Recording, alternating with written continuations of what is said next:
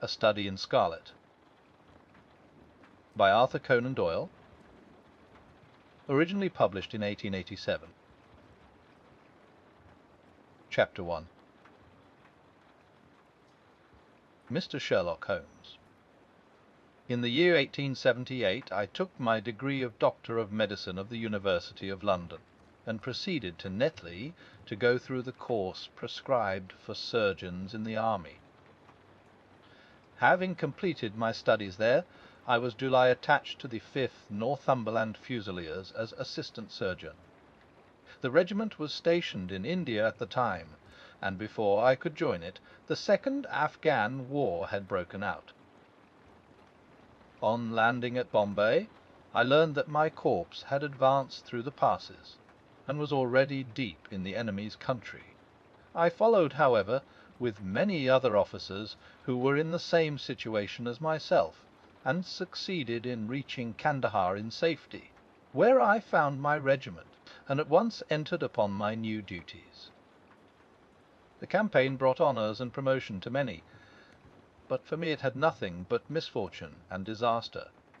I was removed from my brigade and attached to the Berkshires, with whom I served at the fatal Battle of Maiwand. There I was struck on the shoulder by a Jezile bullet, which shattered the bone and grazed the subclavian artery.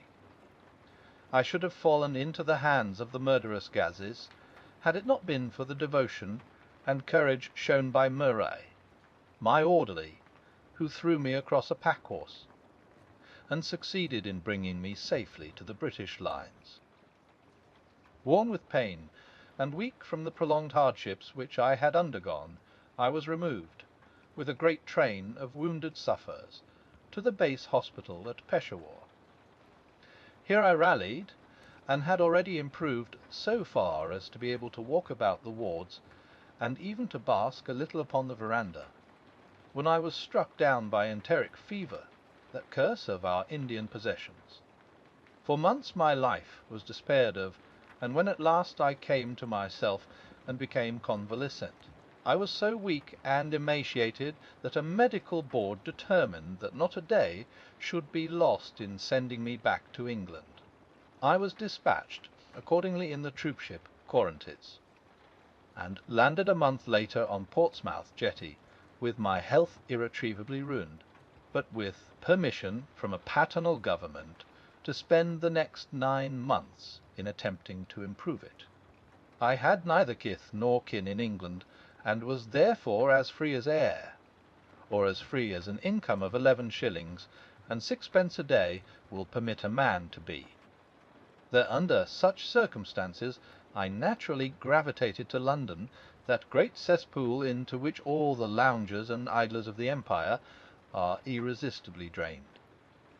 There I stayed for some time at a private hotel in the Strand, leading a comfortless, meaningless existence, and spending such money as I had, considerably more freely than I ought.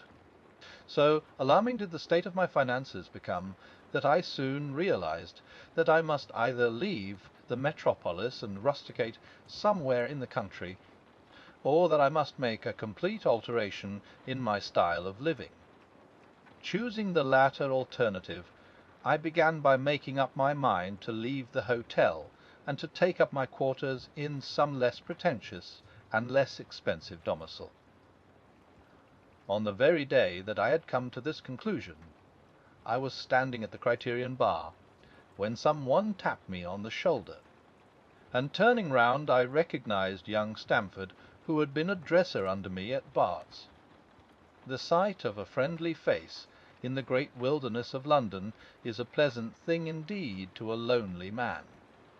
In old days Stamford had never been a particular crony of mine, but now I hailed him with enthusiasm, and he, in his turn, appeared to be delighted to see me. In the exuberance of my joy, I asked him to lunch with me at the Holborn, and we started off together in a hansom. "Whatever have you been doing with yourself, Watson?" he asked in undisguised wonder, as we rattled through the crowded London streets. "You are as thin as a lath and as brown as a nut." I gave him a short sketch of my adventures, and had hardly concluded by the time that we reached our destination. "Poor devil!" he said, commiseratingly, after he had listened to my misfortunes. "What are you up to now?" "Looking for lodgings," I answered. "Trying to solve the problem as to whether it is possible to get comfortable rooms at a reasonable price." "That's a strange thing," remarked my companion. "You are the second man today that has used that expression to me." "And who was the first?" I asked. "A fellow who is working at the chemical laboratory up at the hospital. He was bemoaning himself this morning because he could not get someone to go halves with him in some nice rooms which he had found, and which were too much for his purse. By Jove," I cried, "if he really wants someone to share the rooms and the expense, I am the very man for him. I should prefer having a partner to being alone." Young Stamford looked rather strangely at me over his wine-glass.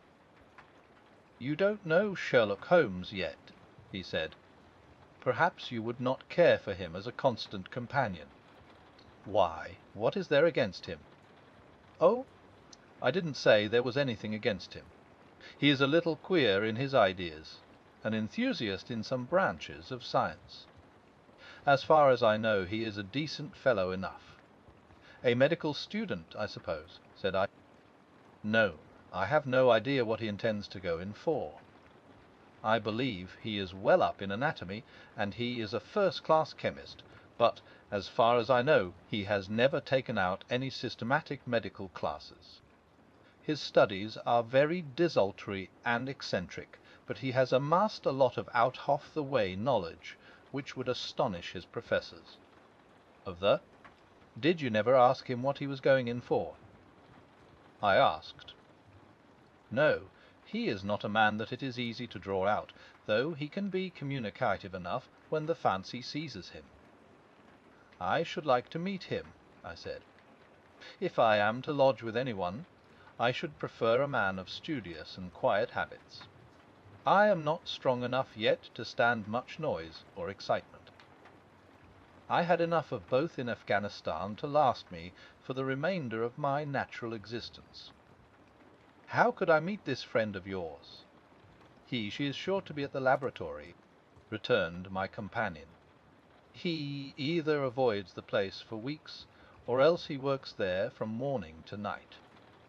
If you like, we shall drive round together after luncheon." "Certainly," I answered, and the conversation drifted away into other channels.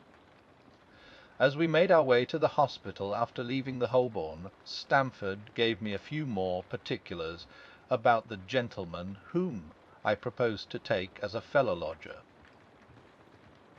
"You mustn't blame me if you don't get on with him," he said. "I know nothing more of him than I have learned from meeting him occasionally in the laboratory. You propose this arrangement, so you must not hold me responsible. If we don't get on, it will be easy to part company," I answered. "It seems to me, Stamford," I added, looking hard at my companion, "that you have some reason for washing your hands of the matter. Is this fellow's temper so formidable, or what is it? Don't be mealy-mouthed about it. It is not easy to express the inexpressible," he answered with a laugh. "Holmes is a little too scientific for my tastes. It approaches to cold-bloodedness. I could imagine his giving a friend a little pinch of the latest vegetable alkaloid, not out of malevolence, you understand, but simply out of a spirit of inquiry, in order to have an accurate idea of the effects. To do him justice, I think that he would take it himself with the same readiness. He appears to have a passion for definite and exact knowledge. Very right, too. Yes, but it may be pushed to excess. When it comes to beating the subjects in the dissecting rooms with a stick, it is certainly taking rather a bizarre shape. Beating the subjects. Yes, to verify how far bruises may be produced after death. I saw him at it with my own eyes. And yet you say he is not a medical student. No, heaven knows what the objects of his studies are. But here we are, and you must form your own impressions about him." As he spoke, we turned down a narrow lane and passed through a small cider door, which opened into a wing of the great hospital.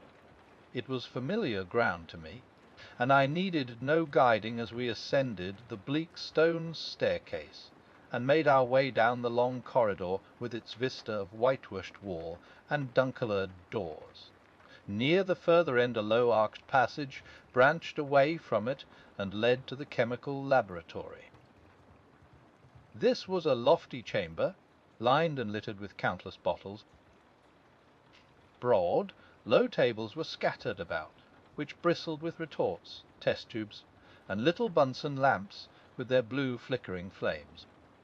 There was only one student in the room, who was bending over a distant table, absorbed in his work. At the sound of our steps he glanced round and sprang to his feet with a cry of pleasure. "I've found it! I've found it!"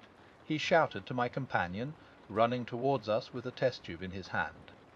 "I have found a reagent which is precipitated by hemoglobin and by nothing else." Had he discovered a gold mine, greater delight could not have shone upon his features. "Dr. Watson, Mr. Sherlock Holmes," said Stamford, introducing us. "How are you?" he said cordially, gripping my hand with a strength for which I should hardly have given him credit. "You have been in Afghanistan, I perceive.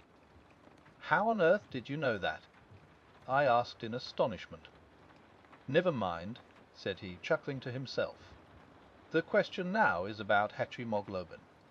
No doubt you see the significance of this discovery of mine." "It is interesting chemically, no doubt," I answered, "but practically. Why, man, it is the most practical medico-legal discovery for years. Don't you see that it gives us an infallible test for blood stains? Come over here now." He seized me by the coat sleeve in his eagerness, and drew me over to the table at which he had been working. "Let us have some fresh blood," he said, digging a long bodkin into his finger and drawing off the resulting drop of blood in a chemical pipette. "Now, I add this small quantity of blood to a litre of water.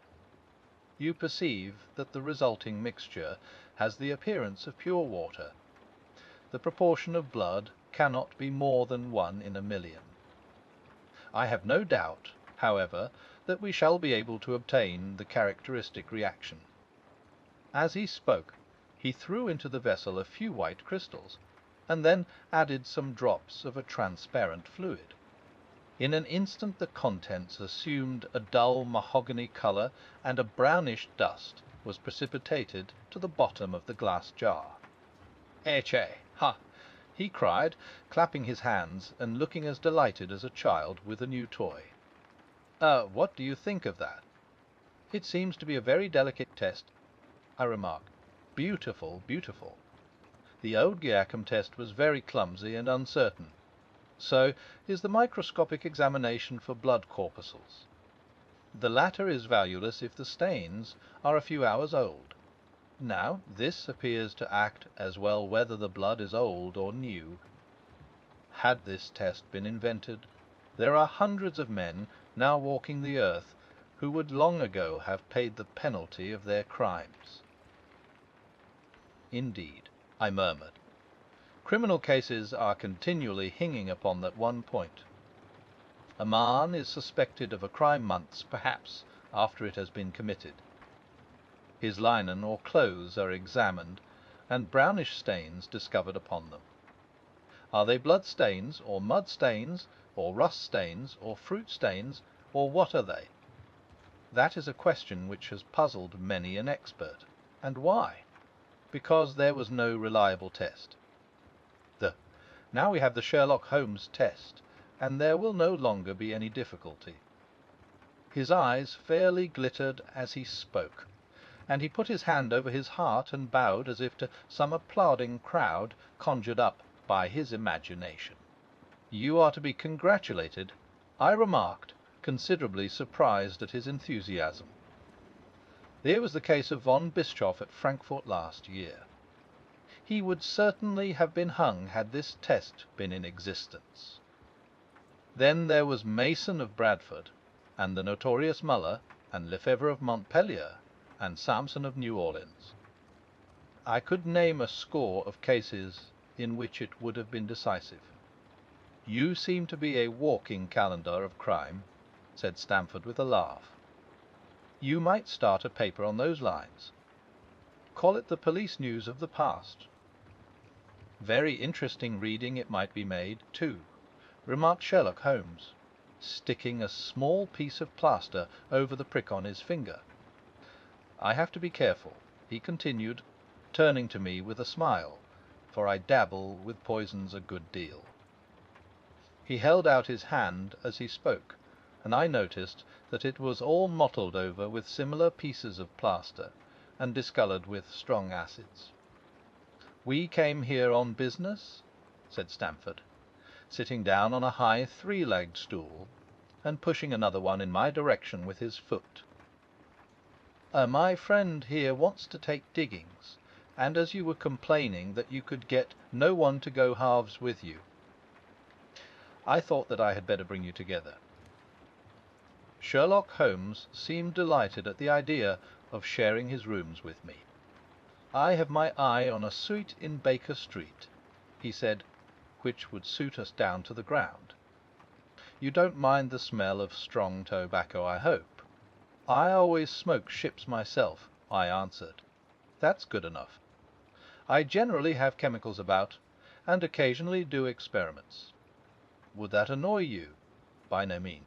Let me see. What are my other shortcomings? I get in the dumps at times, and don't open my mouth for days on end. You must not think I am sulky when I do that. Just let me alone, and I'll soon be right. What have you to confess now? It's just as well for two fellows to know the worst of one another before they begin to live together." I laughed at this cross-examination.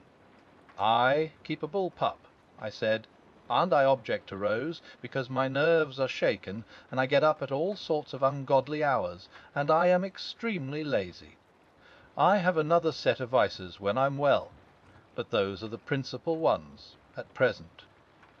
"Do you include violin playing in your category of Rose?" he asked anxiously. "It depends on the player," I answered. "A well-played violin is a treat for the gods, a badly played one." "That's all right," he cried, with a merry laugh. "I think we may consider the thing as settled. That is, if the rooms are agreeable to you. One, shall we see them? Call for me here at noon tomorrow, and we'll go together and settle everything." He answered. "All right. Noon exactly," said I, shaking his hand. We left him working among his chemicals, and we walked together towards my hotel. "By the way," I asked suddenly, stopping and turning upon Stamford, how the deuce did he know that I had come from Afghanistan? My companion smiled an enigmatical smile. "That's just his little peculiarity," he said. "A good many people have wanted to know how he finds things out." "Oh, a mystery, is it?" I cried, rubbing my hands. "This is very piquant. I am much obliged to you for bringing us together. The proper study of mankind is man, you know." "You must study him, then," Stamford said, as he bade me good-bye. "You'll find him a knotty problem, though. I'll wager he learns more about you than you about him." "Good-bye." "Good-bye," I answered, and strolled on to my hotel, considerably interested in my new acquaintance.